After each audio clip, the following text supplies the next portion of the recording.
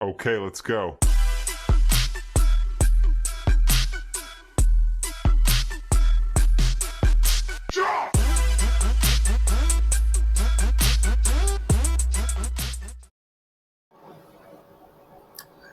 Hello students, कैसे हैं आप सब लोग।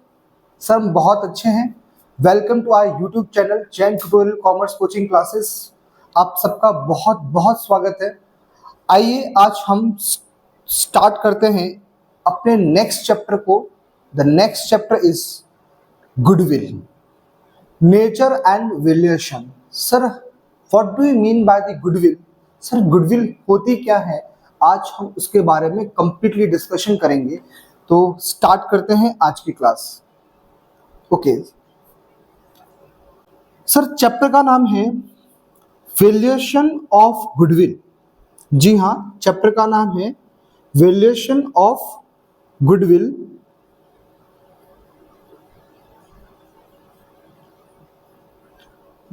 चैप्टर का नाम है वैल्यूएशन ऑफ गुडविल। तो सर ये गुडविल जो है क्या चीज है, क्या होता है गुडविल।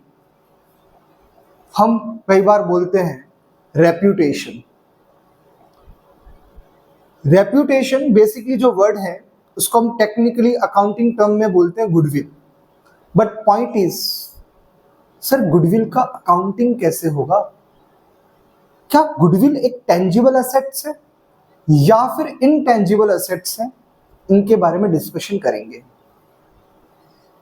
हम स्टार्ट करते हैं अकाउंटिंग स्टैंडर्ड 26 से। Sir basically accounting standard 26 deals with accounting for intangible assets.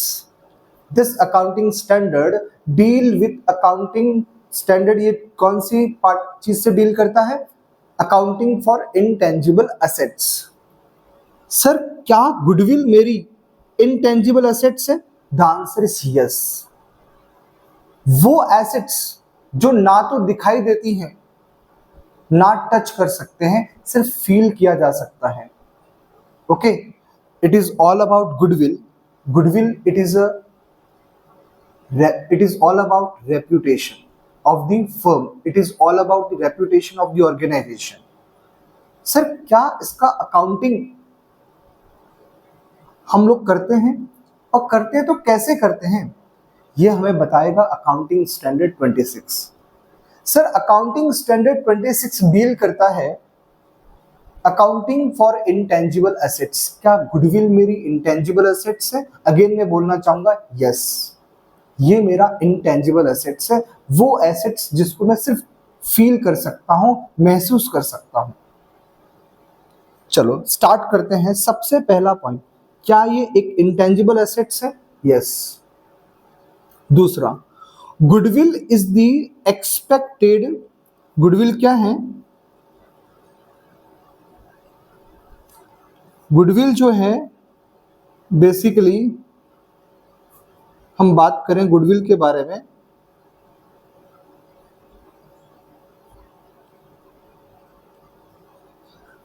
Goodwill is the present value of expected future profit. Present value of expected future profit, इसका मतलब क्या होता है, बहुत टेक्निकल चीज बोल रहा हूं, सोचिएगा। ड्यू टू रेप्यूटेशन, फ्यूचर में मुझे क्या प्रॉफिट मिलने वाला है या क्या मिल सकता है, क्या एक्सपेक्टेड प्रॉफिट है, उसकी आज वैल्यू कितनी है। It is all about present value.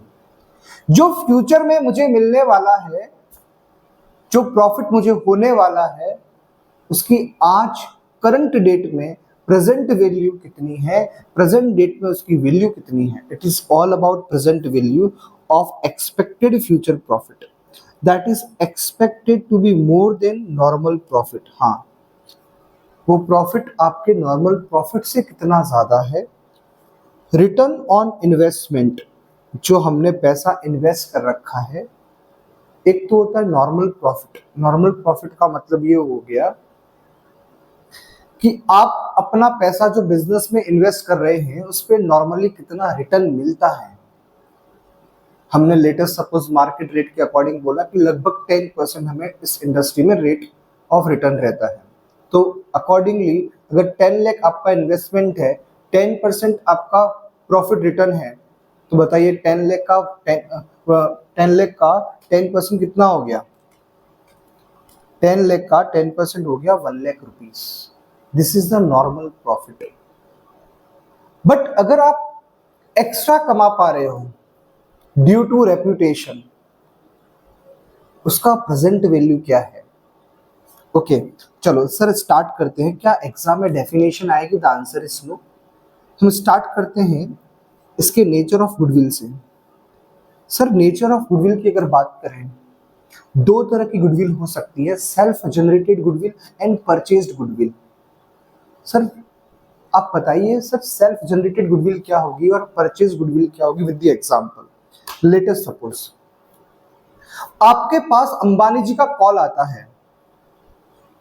Sir हमारे पास अंबानी जी का कॉल आए, हाँ लेट अस सपोज आ रहा है, वो चाह रहे हैं कि आपको वो बिजनेस सेल करना चाह रहे हैं अपना, वो आपको अपना बिजनेस सेल करना चाह रहे हैं। आपने कॉल अटेंड किया और देख आप सोच में डूब गए, अंबानी जी का कॉल। वो अपना एक सेगमेंट ऑफ बिजनेस आपसे डील करना चाह रहे हैं, बेचना चाह रहे हैं। वो आपसे कुछ बातें कर रहे हैं और बातों ही बातों में बता दिया कि इस बिजनेस की जो नेटवर्थ है वो 300 करोड़ है। कितना? 300 करोड़। बट साथ में वो क्या बोलना चाह रहे हैं कि अगर आप हमसे ये खरीदना चाह रहे हैं, if you want to buy this segment of business, तो 500 करोड़ लगेगा। आप जहां खड़े थे वहीं धड़ाम से गिर गए। 500 करोड़ रुपए। सर बिजनेस की वैल्यू तो 300 करोड़ है, बट वो आपसे चार्ज कितना करना चाह रहे हैं? 500 करोड़। सर इसका मतलब ये हुआ अगर मुझे ये बिजनेस खरीदना है तो मुझे कितना एक्स्ट्रा पेमेंट करना पड़ेगा? 200 crore. It is all about goodwill. Sir आपसे अंबानी जी ने किस बात का एक्स्ट्रा चार्ज किया? It is all about goodwill. क्या वो गुडविल जो इन्होंने अपने पास्ट एक्सपीरियंस, अपने पास्ट सर्विसेज, इन्होंने जो इतने टाइम से मेहनत की है, सर्विसेज दिया है, आफ्टर सेल सर्विस या बिफोर सेल सर्विस, या जो भी आपको एक फैसिलिटी दी है, जो भी आपको उस क्वालिटी ऑफ प्रोडक्ट या एक इमेज बना रखी है अपनी मार्केट में, वो उनकी सर सेल्फ जनरेटेड गुडविल है। उन्होंने वो गुडविल कहीं से खरीदी नहीं है, खुद से क्रिएट की है, खुद से सेल्फ बनाई है, एक मार्केट में इमेज बना दी है, एक ब्रांड बना दिया। सर उनके लिए वो सेल्फ जनरेटेड गुडविल है। क्या वो लोग अपने बुक्स ऑफ अकाउंट में गुडविल रिकॉर्ड कर पाएंगे? नहीं। सर अगर वो बिजनेस मैंने खरीदा 500 करोड़ में, बताइए बिजनेस की वैल्यू तो कितनी थी? 300 करोड़, बट मैं पे कितना कर रहा हूं? 500 करोड़। मींस एक्स्ट्रा कितना पे कर रहा हूं? 200 करोड़। ये 200 जो एक्स्ट्रा पे कर रहे हो ना, वो किस बात के पे कर रहे हो? It is all about goodwill. It means मैंने बिजनेस के साथ साथ गुडविल भी परचेज किया है, और उसके लिए मैंने कितना पे किया? 200 करोड़। Oh my God. इसका मतलब सर अंबानी जी के लिए क्या ये गुडविल सेल्फ जनरेटेड है? हाँ। क्या मेरे लिए ये गुडविल परचेज्ड गुडविल है? यस। अकाउंटिंग स्टैंडर्ड 26 इसी बात को डिस्कस करता है कि परचेज गुडविल को हम अकाउंटिंग करेंगे, उसका अकाउंटिंग होगा, उसका रिकॉर्डिंग होगा बुक्स ऑफ अकाउंट में। तो आपको आज ये बात समझनी है कि सर सेल्फ जनरेटेड गुडविल की अकाउंटिंग नहीं होगी, बट परचेज्ड गुडविल की अकाउंटिंग होगी। एक बात कौन बताता है? Accounting standard 26। जी हाँ, हमने ये बात आपको यहां समझाने की कोशिश भी की है नोट्स में। नेचर ऑफ गुडविल, एक होता है सेल्फ जनरेटेड गुडविल, एक होता है purchased goodwill. Self generated goodwill को आप बुक्स ऑफ अकाउंट में रिकॉग्नाइज नहीं करोगे, बुक्स ऑफ अकाउंट में रिकॉग्नाइज नहीं करेंगे। मैंने वर्ड लिखा not recognised in the books of account. But purchase goodwill आप रिकॉग्नाइज करेंगे, मीन्स रिकॉर्ड करेंगे in the books of account. क्या मेरी बात समझ में आती है? बोलो ना हाँ। नेक्स्ट टॉपिक है आपका need for valuation of goodwill. जी हाँ सर, गुडविल का वैल्यूएशन करना जरूरी क्यों है? सर गुडविल के वैल्यूएशन से क्या होने वाला है और ये कब कब करना है आपको वैल्यूएशन? तो ध्यान रखिएगा, कुछ बातें जो मैं आपको डिस्कस करना चाह रहा हूं। Let us suppose A, B and C are partner from 1st April 2024। पहले ध्यान से सुनिएगा मैंने क्या बोला। Late us suppose A, B and C are partner sharing profits in the ratio of 3:2:1 and with effect from 1st April 2025 they decided future ratio is equally। अब बताइए इनका पुराना रेशियो क्या था 3:2:1 और फ्यूचर में रेशियो क्या है 1:1:1। सर इस कॉन्सेप्ट को बोलते हैं change in profit sharing ratio.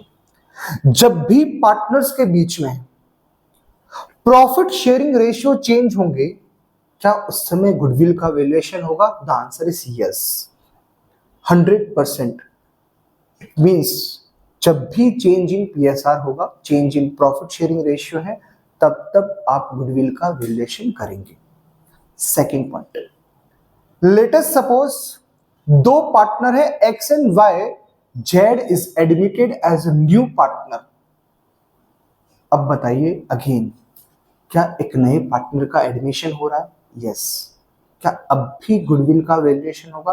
The answer is again yes. Next point आता है रिटायरमेंट। सर रिटायरमेंट चाहे वो फर्म से हो चाहे वो दुनिया से रिटायरमेंट हो, क्या गुडविल का वैल्यूएशन हमें करना पड़ेगा? The answer is yes. Sir मैंने बोला PQR are partner sharing profits and losses in the ratio of 5:4:3, 5:4:3। P retire from firm, P का रिटायरमेंट होता है फर्म से। P प्रॉपर नोटिस देके फर्म से रिटायर होना चाह रहा है, वो कंटिन्यू नहीं करना चाह रहा है, क्या उस समय भी हमें गुडविल का वैल्यूएशन करना पड़ेगा? The answer is again yes. Sir किसी की डेथ हो गई तब भी गुडविल का वैल्यूएशन करना पड़ेगा। अल्टीमेट हमें क्या समझ में आ रहा है? पहला point, change in profit sharing ratio, admission of a new partner, retirement of partner, death of a partner. सब यहां इन सिचुएशंस में हमें गुडविल का वैल्यूएशन करना होगा। हमारा कॉन्सेप्ट क्या था, हमारा पॉइंट क्या था? Need for valuing goodwill. Goodwill का वैल्यूएशन कब जरूरी है? At the time of change in PSR, at the time of admission of a new partner, at the time of retirement of partner, at the time of death of a partner. उसके बाद एक और point, अगर कोई firm अपना business sell करना चाहे, अगर कोई फर्म अपने आप को बेचना चाहे, अपना बिजनेस सेल करना चाहे, सर तब भी गुडविल का वैल्यूएशन होगा। इवन मैं तो ये बोलना चाह रहा हूं, अमालगमेशन नाम नया है अपने सिलेबस में, अमालगमेशन की अकाउंटिंग नहीं है। But sir what do you mean by the amalgamation? आप समझिए, एक एग्जांपल दे रहा हूं। लेट अस सपोज एक firm B, firm A and firm B दो मिलके एक नई फर्म बना रही हैं। Firm A and firm B amalgamate होकर, मतलब दोनों ने मिलके एक नई फर्म बना दी, फर्म सी। क्या उस समय भी गुडविल का वैल्यूएशन होगा? यस। या फिर सोचिएगा, सर फर्म ए ने बी के बिजनेस को टेक ओवर किया, उसको भी अमालगमेशन बोलते हैं। क्या उस समय भी गुडविल का वैल्यूएशन होगा? The answer is again yes. Next, अगर फर्म का कन्वर्जन हो जाए कंपनी में, मतलब एक फर्म जिसका फॉर्म ऑफ बिजनेस चेंज होना चाह रहा है, मतलब वो अब कन्वर्ट होना चाह रहा है कंपनी के अंदर, क्या तब भी गुडविल का वैल्यूएशन होगा? The answer is again yes. तो इसका मतलब क्या समझ में आया आपको? गुडविल का वैल्यूएशन कब कब जरूरी है? पहला point, change in profit sharing ratio, admission of a new partner, retirement of a partner and death of a partner. ये तो सारे पार्टनर्स, ये जो टॉपिक्स जो मैंने बोले हैं, ये बेसिकली हम चैप्टर्स पढ़ेंगे भी डिटेल में। क्या उन सब में गुडविल का वैल्यूएशन यहाँ जो हम पढ़ेंगे इस चैप्टर में सेम होगा? The answer is yes. तो इसका मतलब ये चैप्टर आने वाले कुछ चैप्टर्स के लिए इंपॉर्टेंट है। यस। नेक्स्ट पॉइंट था, अगर फर्म अपना बिजनेस सेल कर रहे हैं या दो फर्म मिलके अमालगमेशन हो रहा है या फिर एक फर्म कंपनी में कन्वर्ट होने जा रही है, तब भी क्या गुडविल का वैल्यूएशन होना जरूरी है? यस। स्टार्ट करते हैं अपने नेक्स्ट टॉपिक को। सर नेक्स्ट टॉपिक क्या है? Factors affecting value of goodwill. Sir goodwill का मतलब आपने बताया था रेप्यूटेशन। एक बात बताइए, आज अंबानी जी की रेप्यूटेशन क्यों है? बस आपको सारे फैक्टर्स समझ में आ जाएंगे। आज हम बात करते हैं उनके क्वालिटी ऑफ प्रोडक्ट की, हम बात करते हैं उनके प्रोडक्ट की क्वालिटी सर सुपर्ब रहती है। क्या उससे उनकी रेप्यूटेशन नहीं बढ़ती? सर बढ़ती है। मीन्स गुडविल को अफेक्ट करने के लिए, गुडविल का अफेक्ट कब कब हो सकता है? सोचो, मार्केट में आपकी क्वालिटी अच्छी चल रही है प्रोडक्ट की, तब तक लोगों के दिमाग में एक अच्छी इमेज बनी हुई है, वही इमेज ही तो क्या है? आपकी गुडविल है। सर और क्या हो सकता है? लेटेस्ट सपोज आपका मैनेजमेंट बहुत स्ट्रांग है, तब भी तो मार्केट में एक अच्छी रेप्यूटेशन बन सकती है। मतलब गुडविल को अफेक्ट करने का ये भी एक फैक्टर हो सकता है। आपका बिजनेस सही लोकेशन पे है, एक शानदार लोकेशन पे आपका बिजनेस चल रहा है, एक मेन लोकेशन, एक सुपीरियर लोकेशन पे आपने बिजनेस अपना सिचुएट किया, सेटअप किया अपना, तो क्या उस बिजनेस की लोकेशन की वजह से भी आपकी गुडविल मार्केट में अच्छी हो सकती है? यस। तो इसका मतलब कई सारे फैक्टर्स होते हैं जिनकी वजह से आपका गुडविल अफेक्ट होता है। Point number first, efficient management. अगर आपका मैनेजमेंट बहुत तगड़ा है, मैनेजमेंट बहुत अच्छा है, एक्सपीरियंस्ड है, कैपेबल है, तब भी गुडविल का अफेक्ट होगा। लोकेशन आपकी बेस्ट ले रखी है आपने बिजनेस की, फेवरेबल लोकेशन, मतलब आप ये समझो मेन लोकेशन है, centre of the heart, centre of the city. अगर आपने वहां अपना बिजनेस चला रहे हो तो हर कोई इजीली पहुंच पा रहा है, तो अप्रोचेबल है, तो अकॉर्डिंगली आपकी मार्केट में गुडविल अकॉर्डिंगली हो जाएगी।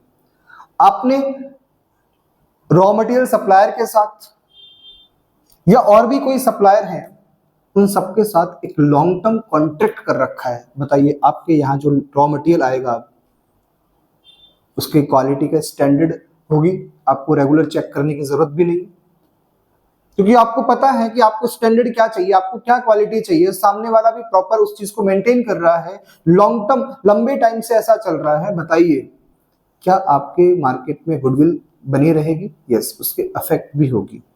नेक्स्ट, आप बिजनेस कितने टाइम से चला रहे हैं? आपको बिजनेस चलाते चलाते 5 इयर्स हो गए, 10 इयर्स हो गए। सोचो अभी कोई फ्रेशर है, तो एज कंपेयर टू फ्रेशर आपका बिजनेस अगर 10 साल से चल रहा है, 5 साल से चल रहा है, तो जितना लंबा बिजनेस जाएगा उतनी ही आपकी मार्केट में गुडविल बढ़ी रहेगी, गुडविल अफेक्ट होगी। आपने पेटेंट ले रखा है, क्वालिटी ऑफ प्रोडक्ट अच्छा है, बिजनेस का नेचर बहुत इफेक्ट करता है। बिजनेस का नेचर क्या है? आप किस चीज का बिजनेस कर रहे हो? सीजनल बिजनेस है या नॉन सीजनल है? तो बिजनेस के नेचर का भी अफेक्ट आपकी गुडविल पे होगा। नेक्स्ट, परफॉर्मेंस कैसी है? आप आफ्टर सेल सर्विस कैसी देते हैं? क्या उसका भी गुडविल पे इफेक्ट आएगा? Yes, these are the factors जिनकी वजह से आपके बिजनेस की गुडविल अफेक्ट होगी। ओके सर, तो इसका मतलब सिंपल सोचिएगा कि गुडविल को प्रभावित करने वाले, गुडविल को अफेक्ट करने वाले क्या क्या वो फैक्टर्स हो सकते हैं। सिंपल सी बात है, अगर मैं अपने बिजनेस की, मैं मैन्युफैक्चरिंग यूनिट हूं, तो मैं क्या सोचूंगा? मेरी क्वालिटी ऑफ प्रोडक्ट अच्छी होनी चाहिए, यस, मेरा मैनेजमेंट अच्छा होना चाहिए, में मेरा बिजनेस जो लोकेट है वो अच्छी लोकेशन होनी चाहिए, रॉ मटेरियल सप्लायर से मेरे लॉन्ग टर्म कॉन्ट्रैक्ट होने चाहिए। देयर आर वेरियस फैक्टर्स जिनकी वजह से आपकी गुडविल मार्केट में अफेक्ट होती है। तो सर आज हमने क्या पढ़ा? सबसे पहले meaning of goodwill, then nature of goodwill, और देन हमने बात किया गुडविल का वैल्यूएशन कब कब जरूरी है, need for valuation of goodwill कब कब जरूरी है, और फिर हमने पढ़ा कौन कौन से फैक्टर्स हैं जो गुडविल को अफेक्ट करेंगे। Is it clear? बोलो ना हाँ के ना। आज हम सिर्फ मेथड के नाम सुनेंगे और फिर डिस्कशन करेंगे नेक्स्ट कल की क्लास में। सर गुडविल का वैल्यूएशन करने के लिए हमारे पास कौन कौन से मेथड हैं? हम पहले बात करते हैं एवरेज मेथड की, एवरेज प्रॉफिट मेथड। हम इसको शॉर्ट में नाम यूज करेंगे APM, APM, average profit method. This is one of the method, this is one of the method जहां हम गुडविल का वैल्यूएशन करेंगे। सेकंड मेथड है आपका super profit method, and third method है कैपिटलाइजेशन मेथड। आज हम लास्ट जाते जाते हम ये समझना है कि गुडविल का हमें अल्टीमेट वैल्यूएशन करना है, तो हमारे सिलेबस में मेथड्स कौन कौन से हैं? पहला मेथड एवरेज प्रॉफिट मेथड। हाँ, नो डाउट हम आगे जाके पढ़ेंगे कि एवरेज मेथड में भी दो तरह के क्लासिफिकेशन है, एक सिंपल एवरेज और दूसरा वेटेड एवरेज। जी हाँ, सिंपल एवरेज, वेटेड एवरेज। और दूसरा है आपका method super profit method. Sir क्या होता है सुपर प्रॉफिट मेथड? कैसे कैलकुलेट होगा? सर क्या एक्चुअल प्रॉफिट, सुपर प्रॉफिट और नॉर्मल प्रॉफिट में डिफरेंस होता है? यस, डिफरेंस होता है। और लास्ट पढ़ेंगे हम कैपिटलाइजेशन मेथड। हम बिल्कुल आने वाली क्लासेस में methods along with examples and back questions deal करेंगे। Thank you so much guys, take care, stay home, stay safe. आप लोग रेगुलर वॉच करिएगा वीडियोस को। चैप्टर 1 कंप्लीट हो चुका है। If you have any doubt then आप मुझे पर्सनली व्हाट्सएप कर सकते हैं। अगर कोई कॉन्सेप्ट रह भी गया है, अगर आपको लगता है, तो हम उस कॉन्सेप्ट की क्लास अलग से लगा देंगे, कोई दिक्कत नहीं है। Thank you so much guys, take care. मिलते हैं नेक्स्ट क्लास में। Thank you.